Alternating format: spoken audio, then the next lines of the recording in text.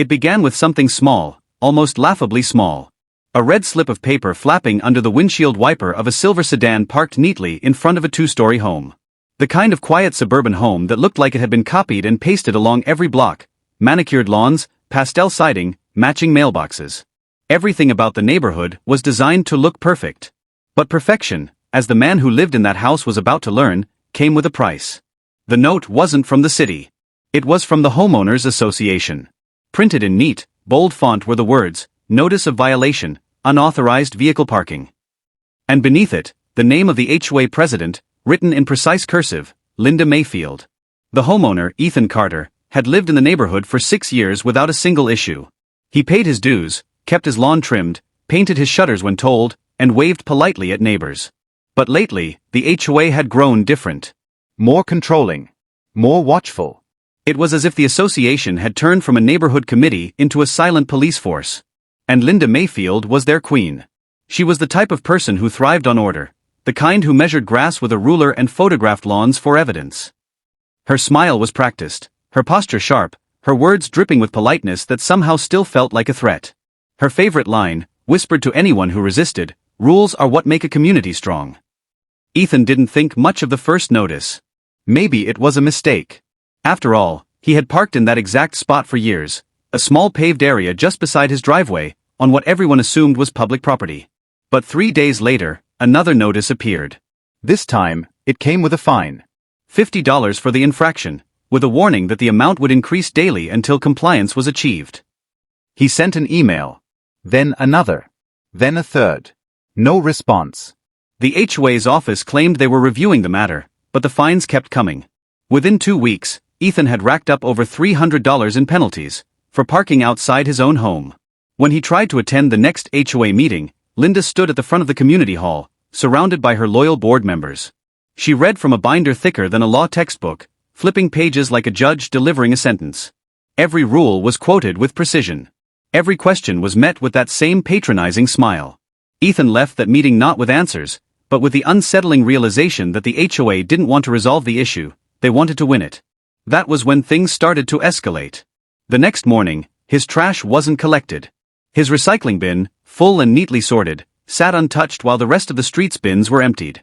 A day later, a letter arrived claiming his mailbox was 2 inches taller than HOA standards. Then another, citing him for excessive weeds, though his lawn was spotless. It was clear now, this was personal. Linda had chosen him as her example. Ethan's frustration turned to disbelief, then to resolve. He began keeping records, photos of his car, his mailbox, his lawn. Every letter was scanned and saved. Every fine was logged with the date and time received. He wasn't just preparing to fight back, he was preparing to win. But one afternoon, as he stood looking at the spot where his car was parked, something strange caught his attention. The thin strip of pavement between his yard and the sidewalk, the one Linda kept insisting was common property, didn't have any HOA signage or boundary markers. Out of curiosity, he opened the county property map on his phone. The boundary lines were different than what the HOA had drawn in their newsletters. The small paved strip wasn't listed under the HOA's parcel at all. That night, curiosity became obsession. Ethan dove into the county's online land records, cross-referencing the HOA's address listings with official property maps. What he found left him speechless. The small section of land where he parked, along with a stretch of pavement extending down the street, didn't actually belong to the HOA. It was part of an old, undeveloped parcel still registered to a defunct construction company from 20 years ago. The HOA had simply assumed control of it. For hours, Ethan stared at the digital map, his mind spinning. If the HOA didn't own it, that meant it wasn't subject to their rules. And if it wasn't subject to their rules, he could buy it. The next morning, Ethan tracked down the last known contact linked to the defunct company, a man now living several states away. The conversation was short. The man didn't care about the land. It wasn't worth anything to him. Within a week, paperwork was signed. The ownership was transferred. And for a few $1,000s, less than the total of his unpaid HOA fines, Ethan became the legal owner of the strip of pavement the HOA had fined him for using. He didn't say a word to anyone. He parked his car in the same spot as always. A few days later, another notice appeared. This one was more aggressive. Final warning, vehicle will be towed in 48 hours. The signature at the bottom was unmistakably Linda's. Ethan didn't respond. He didn't move the car. Instead, he set up a small camera in his window, angled perfectly toward the street. 48 hours later, a tow truck arrived. Linda stood nearby, arms folded, radiating triumph. The driver, clipboard in hand, approached the car. But when Ethan stepped outside calm and composed, he handed the driver a single sheet of paper. The official deed, notarized and recorded by the county clerk. The driver read it once, twice, then looked back at Linda. Ethan didn't need to speak. He just watched. The tow truck reversed out of the driveway and left without another word. Linda's face turned from confusion to panic to fury. She sputtered something under her breath and stormed away. The next morning, no fines appeared. No letters. Nothing. For the first time in months, Ethan felt peace. But it wasn't just relief. It was power. He had beaten them, not with anger, not with yelling, but with precision and patience. And as he stood there, looking at the small patch of land that had caused so much chaos, he realized something bigger. If one small piece of land could stop them, what else could? Because now, Ethan understood how fragile their authority really was. The HOA wasn't some invincible machine. It was a collection of people pretending to have power, and he had just proven that power had limits. And for the first time, the man they'd tried to silence was smiling. Because the next chapter of this quiet suburban war was no longer about defense. It was about control. News travels fast in a neighborhood built on gossip. Within 48 hours, everyone knew that Ethan Carter had done something extraordinary, though no one could agree on what exactly had happened. Some said he had sued the HOA. Others whispered that he had blackmail on the president. But the truth was stranger than any rumor. Ethan had become, quite literally, the man who owned part of the street. At first, he didn't flaunt it. He kept to himself, parked in his rightful spot, and let the silence stretch. Linda Mayfield didn't send more fines, but she didn't back down either. Instead, she watched. From her porch, behind her curtains, from the driver's seat of her white SUV that always seemed to be idling nearby. The HOA board went quiet for a week. Then, subtle changes began. A motion appeared in the next newsletter proposing a re-evaluation of community boundaries. Another suggested new fees for road maintenance. Ethan read every line, each one dripping with legal jargon designed to obscure its true intent. They wanted to reclaim what he had bought. But he wasn't naive anymore. He'd spent late nights studying the HOA's bylaws, understanding every loophole, every clause about common areas and private property. The more he learned, the more he saw how fragile their empire really was. It wasn't built on authority, it was built on fear, on compliance, on people not asking questions. Ethan had asked. And that made him dangerous. The next stage of his plan began with a quiet phone call to the county zoning department. He explained calmly and politely that he was the new owner of a parcel adjacent to his residence, and he wanted to ensure it met all local code requirements. The clerk was confused at first, then impressed by his paperwork. Within a few days, the ownership was updated publicly in the county database. That's when the real fun began. Neighbors started noticing small changes. A simple wooden post appeared at the edge of the pavement, with a small sign that read, "Private property, no trespassing." It wasn't aggressive, just official enough to make people pause. A week later, he added another, "Parking reserved for property owner." Then another, marking the boundaries of his purchase with bright orange survey tape. People started asking questions. And every question led back to Linda. Why is he allowed to put those signs up? Didn't you say that area belonged to the HOA? Wait, does he really own that land? Linda tried to maintain her composure, but the doubt had already spread. The illusion of her control was cracking. Then, one evening, Ethan noticed something peculiar. A few cars that normally parked along the HOA side of the street were now squeezed awkwardly into driveways. Others were parked a block away. It dawned on him, the HOA didn't actually have enough communal space for all residents to park comfortably. They'd relied on that strip of pavement for years, assuming it was theirs. Now it belonged to him. The next HOA meeting was packed. Ethan didn't attend, he didn't need to. He knew his name was on every tongue. Inside that hall, Linda tried to rally her supporters, insisting that the HOA's integrity was under attack. But whispers of her mistake, of how she'd fined a man for parking on his own property, had already eroded her authority. The board was divided. Some members began questioning her leadership. Others quietly reached out to Ethan, asking for clarification. He responded to none of them directly. Instead, he let the confusion grow. Meanwhile, he began phase 2. Through the same county records portal, Ethan discovered something even more interesting. The old construction company that had owned his strip of pavement also still held rights to a small undeveloped lot across the street. A forgotten patch of gravel the HOA used for overflow parking during events. It wasn't much, barely big enough for 10 cars, but it was another loose thread in their tightly woven web. So he pulled it. 3 weeks later, Ethan signed another transfer. He now owned not just the pavement beside his house, but the HOA's unofficial parking lot. He didn't block access. He didn't post signs. He simply registered both parcels under a new LLC, with a neutral name, Carter Holdings.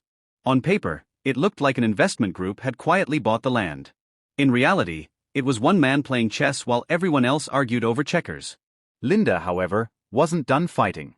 She filed a community concern with the city, claiming that Ethan's property lines were fraudulent. The city inspector arrived a week later, clipboard in hand. He measured, photographed, reviewed.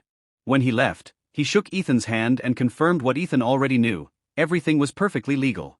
The next HOA newsletter didn't mention Ethan by name, but it didn't have to. It warned residents about individuals seeking to disrupt neighborhood harmony, and urged everyone to stay united. But beneath the forced optimism, fear was spreading. People began questioning their dues, their fees, their trust in the board. Ethan's phone buzzed with texts from neighbors he barely knew. Some congratulated him. Others asked how he'd done it. A few even hinted they wanted to do something similar, to push back against the endless fines and rules. The neighborhood was changing. The HOA's authority, once absolute, was now fragile glass under pressure.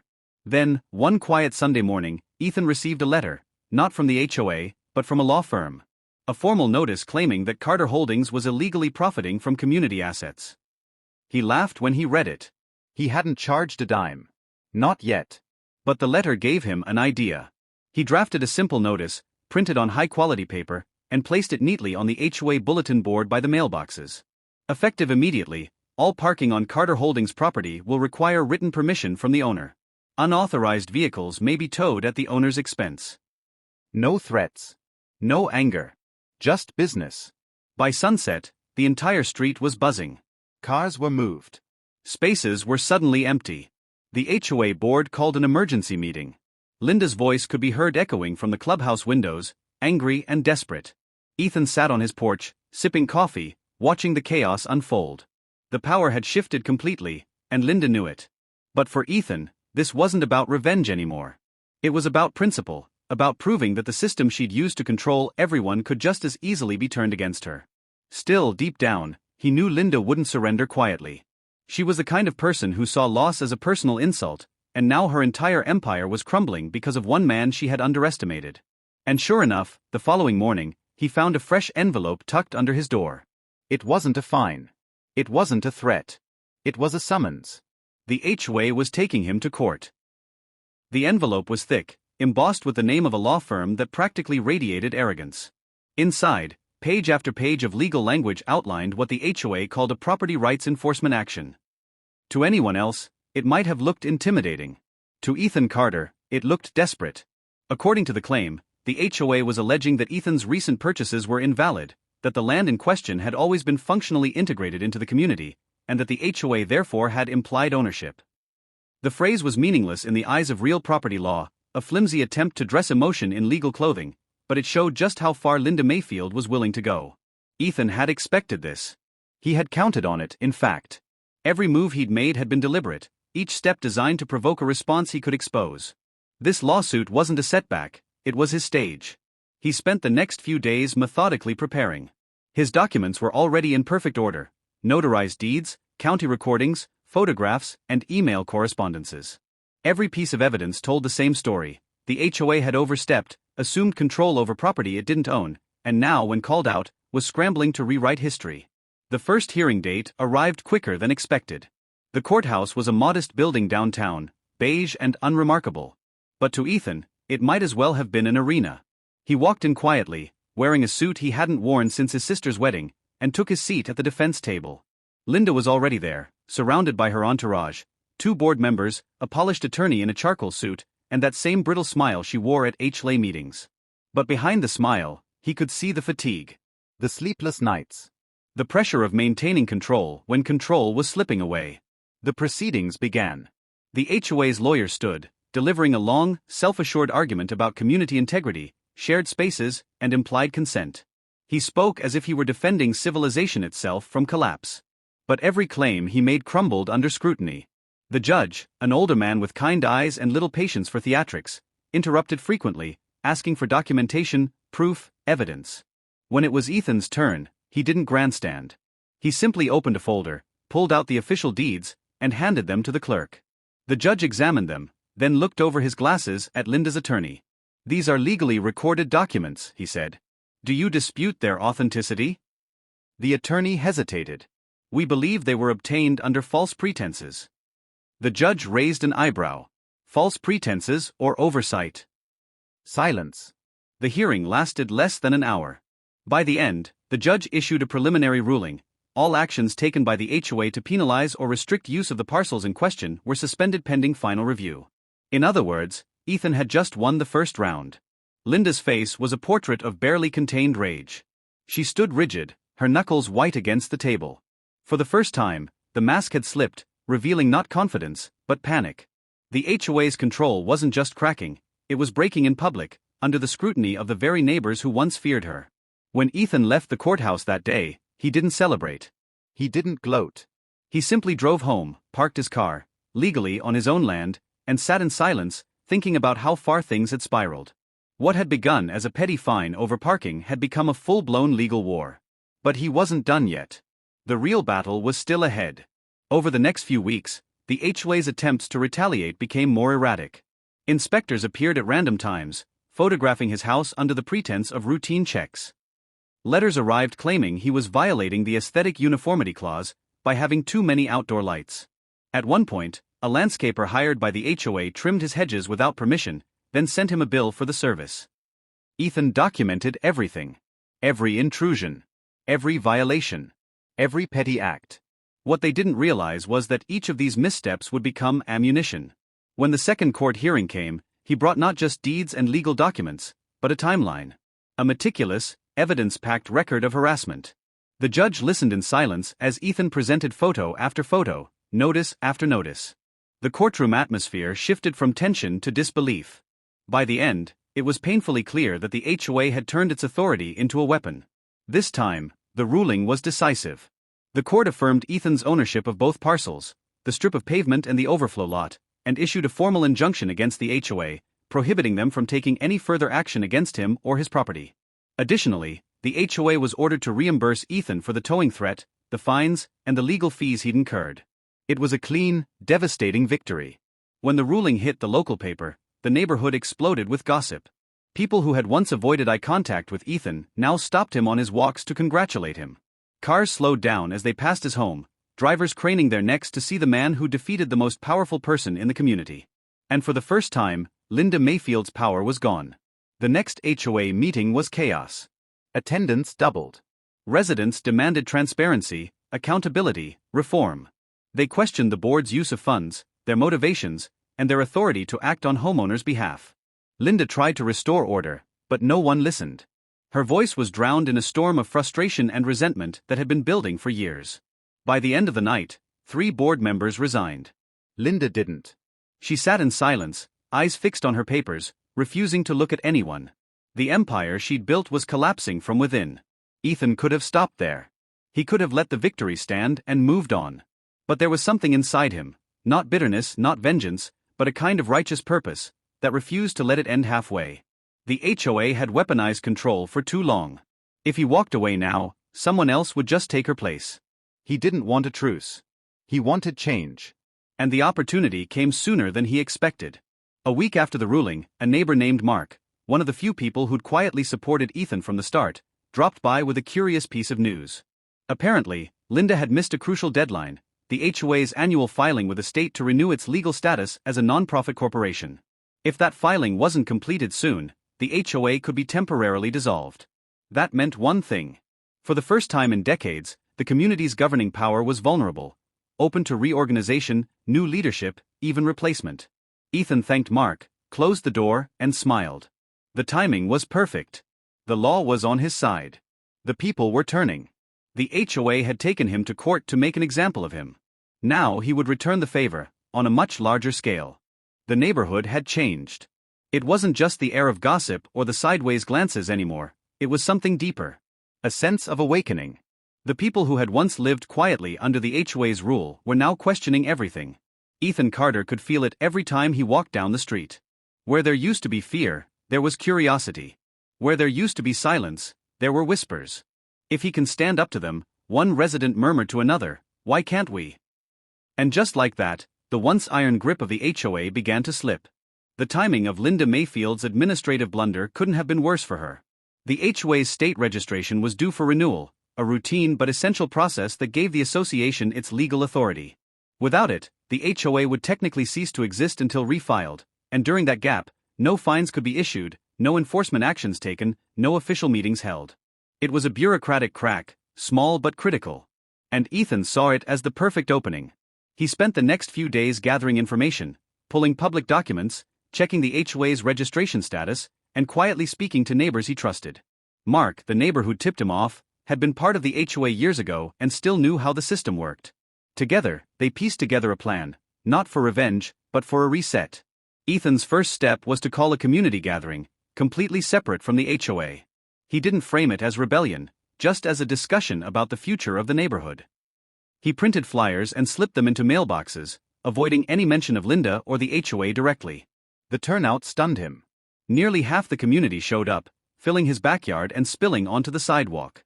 For months, these people had lived in quiet frustration, paying dues, following arbitrary rules, enduring petty power plays. Now, for the first time, they were free to speak. Ethan listened more than he talked. Stories poured out, homeowners fined for minor paint color variations, families threatened over holiday decorations, a single mother who'd been billed hundreds for unapproved fence repairs. Each story painted the same picture, an organization that had stopped protecting the community and started exploiting it. When it was his turn to speak, Ethan was calm and deliberate. He didn't rant or accuse. He simply laid out the facts, the HOA's registration lapse, the legal implications, and the opportunity it created. Without proper status, the HOA couldn't hold binding meetings or enforce any rules.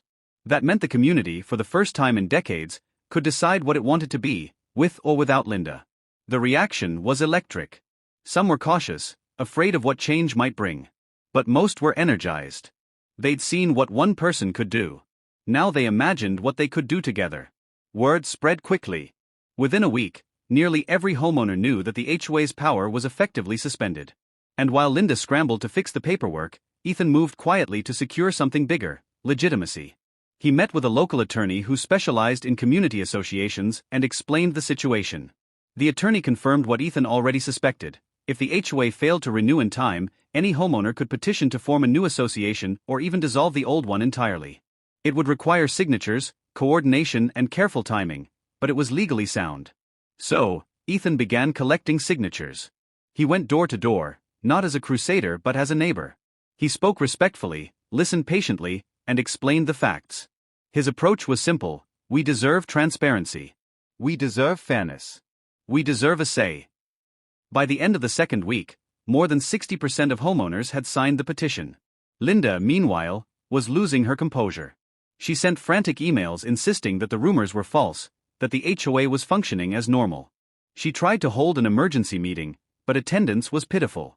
Those who did show up recorded the chaos on their phones, Linda shouting, board members arguing, one storming out mid-sentence. The videos spread through group chats like wildfire. The image of control she'd cultivated for years was gone. On the 15th day after the lapse, Ethan filed the petition. The paperwork was neat, professional, irrefutable. He wasn't seeking to abolish the HOA entirely, that would have caused chaos with insurance and maintenance responsibilities, but to restructure it. Under new bylaws. Under new leadership. And when the county clerk stamped the petition as accepted, Ethan Carter became the interim representative of the newly reformed association. It was poetic justice. The same man who had once been fined for parking in front of his own home was now in charge of the organization that had fined him. The man they'd tried to silence now controlled their voice. Linda's response was predictable. She tried to contest the filing, claiming it was illegitimate, but she was too late. The state had already voided the old HOA's registration for non-compliance, and the new one, backed by a majority of homeowners, had legal standing. Her title as president meant nothing now. For the first time in years, the neighborhood felt alive. Dues were temporarily suspended. Fines were cancelled. The new board, composed of people Ethan trusted, began drafting fair, transparent rules with community input. Neighbors who had once avoided each other were now meeting on lawns, planning cleanup days, organizing events. But not everyone was happy. A small group of loyalists still clung to the old order. They met in Linda's living room, plotting ways to restore authority. They circulated pamphlets accusing Ethan of a power grab, of destroying the values the HOA stood for. But the damage was done. The majority had moved on. Still, Linda wasn't finished. She was too proud, too stubborn to disappear quietly. Late one evening, as Ethan was reviewing paperwork in his home office, he received an email from an unknown address. It contained a single attachment, a scanned document labeled Community Zoning Complaint. It was an official notice. Someone, presumably Linda, had reported him to the city for improper commercial use of residential property, citing his ownership of the 2 parcels as evidence of business activity. It was a desperate move, but it had teeth. If the city believed her, they could fine him or even force him to relinquish the land. Ethan read the notice twice, then leaned back in his chair. He wasn't angry. He almost admired the audacity. Linda was cornered, but she was still swinging. He smiled faintly. She hadn't learned yet. Every attack she launched only exposed her further, and this one, he realized, would be her last. Because while Linda was busy filing complaints, Ethan had discovered something even she didn't know, something buried deep in the HOA's old financial records. And it was about to destroy her completely. The city complaint didn't rattle Ethan Carter. If anything, it sharpened his focus. He had already learned that every move Linda Mayfield made came from desperation, not strategy. The complaint was toothless, a final attempt to pull him back into the mud she was sinking in. Still, he handled it carefully. He responded to the city with copies of his deeds, clear proof that his property was private and used solely for residential purposes. He attached a statement from his attorney verifying the legality of every transaction. Within days, the city closed the complaint with a simple note, "No violation found." Linda had lost again, and she didn't even know how badly things were about to get. Because while she was filing false reports, Ethan was uncovering the truth she'd been hiding for years. It started with a tip from one of the former board members who had resigned after the courtroom debacle. He dropped off a sealed manila envelope at Ethan's doorstep one morning, no note, just a quiet gesture of conscience. Inside was a USB drive and a stack of old financial reports. Ethan plugged the drive into his laptop and began scrolling. Dozens of spreadsheets filled the screen, HOA budgets, maintenance invoices, landscaping contracts, all going back nearly a decade. At first, nothing seemed out of the ordinary. The same vendors appeared year after year. The same line items repeated, groundskeeping, lighting repairs. But as he read more closely, patterns began to emerge. Payments that didn't make sense. Reimbursements with no receipts. Vendor names that didn't appear in any public registry. And one name that appeared over and over again, L&M Consulting. He dug deeper. L&M had billed the HOA thousands every month for administrative services, yet there were no records of what those services entailed. The address listed was a P.O. box in the next town over. When Ethan cross-referenced the business registration, the truth hit him like a cold wave. L&M Consulting was registered to Linda Mayfield. For years, she had been quietly funneling HOA funds into her own shell company, disguising it as legitimate administrative work. The homeowner's dues, the same money she'd used to fine, threaten, and control her neighbors, had been paying her directly. It wasn't just unethical. It was criminal. Ethan sat in stunned silence, the glow of his laptop reflecting in his eyes. All the petty fines, the constant harassment, the obsession with power, it all made sense now. Linda's rule had never been about order. It had been about money. The HOA wasn't a community organization, it was her personal ATM. He spent the next 2 days verifying everything. He printed records, cross-checked filings, traced every payment through the HOA's financial archives. The more he found, the worse it got. Tens of thousands of dollars unaccounted for. Maintenance projects that had never happened. Fake contractor names linked to Linda's relatives. By the end of the week, Ethan had built a dossier thick enough to bury her. But he didn't rush to expose it. He knew that timing was everything. If he acted too soon, she'd deny it, twist it, claim it was misunderstanding. So he waited, watched, and prepared. Meanwhile, the new HOA, now under Ethan's leadership, was stabilizing. Transparency meetings were held every weekend. Financials were posted publicly. Neighbors volunteered for committees instead of being bullied into them. The community, for the first time in years, actually felt like one. But Linda's shadow still lingered. She hadn't moved out. She hadn't apologized. She hadn't even spoken publicly since her last attempt to discredit Ethan had failed. She stayed hidden in her house, blinds drawn, occasionally seen driving out late at night, always alone. Ethan suspected she was planning something, maybe a final attempt to regain her influence. But this time, he'd be ready. 2 weeks later, the perfect opportunity arrived. The new HOA had scheduled its first official community-wide meeting, an open forum to vote on the new bylaws and elect permanent board members. It was to be held at the same community hall where Linda had once ruled from behind her podium. The symbolism wasn't lost on anyone. That evening, the room was packed. Neighbors filled every chair, the air charged with anticipation. For many, it was more than a meeting, it was closure. Ethan opened the gathering with calm professionalism. He reviewed the progress made, the goals for the coming year, and the importance of transparency.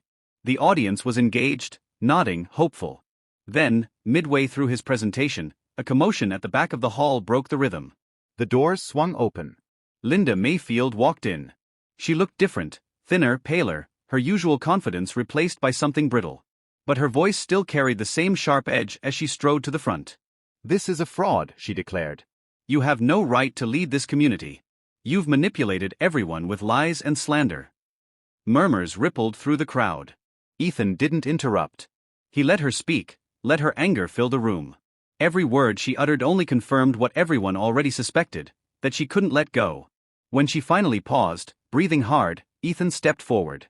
His voice was steady. He didn't argue. He didn't accuse.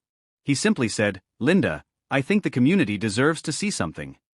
He clicked a remote, and the projector screen behind him lit up. The first slide showed an HOA invoice for L&M Consulting Services. The next showed the business registration with Linda's name. Then, a sequence of bank transactions, all leading directly to her personal account. Gasps filled the room. Ethan didn't need to explain. The evidence spoke louder than words. Slide after slide revealed the years of hidden transactions, the siphoned dues, the false vendors. Neighbors who had once trusted her sat frozen in disbelief. Linda's face drained of color. She tried to speak, but the words caught in her throat. When she finally did, her voice was weak, trembling. You can't prove misuse. Those were legitimate services." Ethan turned to the audience. "You can decide for yourselves." The silence that followed was suffocating. Then slowly, one homeowner stood and said what everyone was thinking. "You stole from us." The room erupted. Voices rose, angry, betrayed. Linda tried to retreat, but people surrounded her, demanding answers. For years, she had wielded authority like a weapon, and now that weapon had turned on her. She fled before the meeting ended, disappearing into the night. Ethan never saw her again. The next morning, the entire community received an email from the new HOA board. Following evidence presented at last night's meeting, a formal report has been filed with the County Fraud Division. An independent audit of previous HOA financials is underway. Justice was finally in motion. Over the next few weeks, investigators confirmed everything. Linda's fraudulent company, her misuse of funds, her falsified contracts, all of it. The news spread quickly, and the story even made local headlines. HOA president accused of embezzlement in suburban scandal. Linda's house went up for sale a month later. No one saw her pack. She simply vanished, leaving behind the wreckage of her empire. For the first time in years, the neighborhood was truly free. Porch one evening, watching the sunset cast golden light over the street he now owned, he couldn't help but wonder what came next. Because revenge might be satisfying, but rebuilding was where the real story began. The storm had finally passed. Months after Linda Mayfield's downfall, the neighborhood no longer felt like a battlefield. The once suffocating atmosphere of suspicion and control had lifted, replaced by something fragile but pure hope. Ethan Carter often found himself walking the streets in quiet reflection, noticing things he had overlooked before. The sound of children laughing from backyards. Neighbors waving to each other without fear of being reported. Gardens once stripped of unauthorized decor now bloomed freely, every yard a reflection of personal pride rather than a dictated standard. The scars of the HOA's dark years remained, but they were fading, slowly, beautifully, like cracks filled with gold. Ethan had not set out to become a leader. His war with the HOA had begun from a place of simple defiance, a refusal to be humiliated for parking outside his own house. But through conflict, he had learned that leadership wasn't about power. It was about stewardship, responsibility, vision. And now he had both, in abundance. The community had elected him as the official HOA president unanimously, though the term HOA no longer carried the same meaning. Under his guidance, the association had been restructured entirely. The bylaws that once controlled everything from fence colors to mailbox heights were rewritten with a single principle in mind: common sense. No longer would neighbors fine each other over personal choices. No longer would authority be a weapon. Every decision would be made openly, every expense transparent, every vote equal. The name had even changed. The letters HOA had been quietly retired. The community now referred to itself simply as Maplewood Neighbors Association, a name that reflected what it had always been meant to be: a collective of people, not a hierarchy. Still, Ethan knew that peace was not something you declare once and assume will last. It required maintenance, just like the lawns, the lights, the fences. So he made it a ritual to walk the entire neighborhood once a week, greeting residents, listening to their concerns, ensuring that the unity they had fought for never slipped into complacency. One of those walks led him to the empty corner lot, the same stretch of land that had once been at the center of everything. The lot he had bought in defiance. The lot that had started it all. It had been sitting quietly for months, its asphalt now cracked with weeds, the painted lines fading under the sun. It was no longer a symbol of rebellion. It was a blank canvas. Ethan stood there for a long while, thinking. The lot had given him victory, but it had also taken something: time, peace, maybe even innocence. It was a monument to both pride and perseverance. He knew it couldn't just remain a parking space. It deserved to become something better. That night, as he sat at his desk overlooking the window where it all began, he drafted a plan. Not a legal document, not an ultimatum, just a vision. He wanted to transform the parking lot into a community park, a space for barbecues, picnics, and laughter. The same land that had once divided neighbors would now bring them together. The following weekend, he presented the idea at the monthly meeting. The reaction was overwhelming. People volunteered tools, paint, plants, and time. Retirees offered to landscape. Teenagers promised to paint murals. Families donated benches and lights. Within a month, the transformation began. The cracked asphalt was torn up, replaced with soft grass and cobblestone paths. A wooden gazebo rose in the center, surrounded by flower beds. A playground took shape at the edge, painted in bright colors that glowed under the morning sun. And when the park was finally finished, the community held a small celebration. There were food stalls, laughter, music, and for the first time in years, the neighborhood felt truly alive. Ethan stood quietly near the entrance, watching families gather under the gazebo, friends chatting over coffee, children running across the grass. He didn't give a speech. He didn't need to. The scene spoke for itself. That evening, as the sun set over Maplewood, Ethan walked home under a canopy of golden light. He paused at the spot in front of his driveway, the same place where this entire story had begun. Once, it had been the site of humiliation. Now, it was simply home. He thought about Linda Mayfield. No one knew where she had gone. The county had completed its audit, confirming the full extent of her embezzlement. She had been charged, then quietly settled, surrendering her property and paying restitution. After that, she vanished. Some said she moved to another state, others whispered she changed her name. But Ethan no longer felt anger when he thought of her. Only understanding. Power had consumed her. She had believed control equaled respect, and when that illusion crumbled, she was left with nothing. In a strange way, she had taught him the most valuable lesson of all: that authority means nothing without empathy. A few weeks later, a letter arrived at Ethan's house with no return address. Inside was a short note, written in shaky handwriting. "You did what I couldn't. You gave them back their home. Take care of it better than I ever did." It wasn't signed, but he knew who it was from. He folded the note carefully and placed it in a drawer, not as a trophy, but as a reminder. Revenge had started the journey, but redemption had ended it. Months passed, and the story of Maplewood's transformation began spreading beyond the neighborhood. Local journalists covered it as a model of community rebuilding. HOA reform groups cited it as inspiration.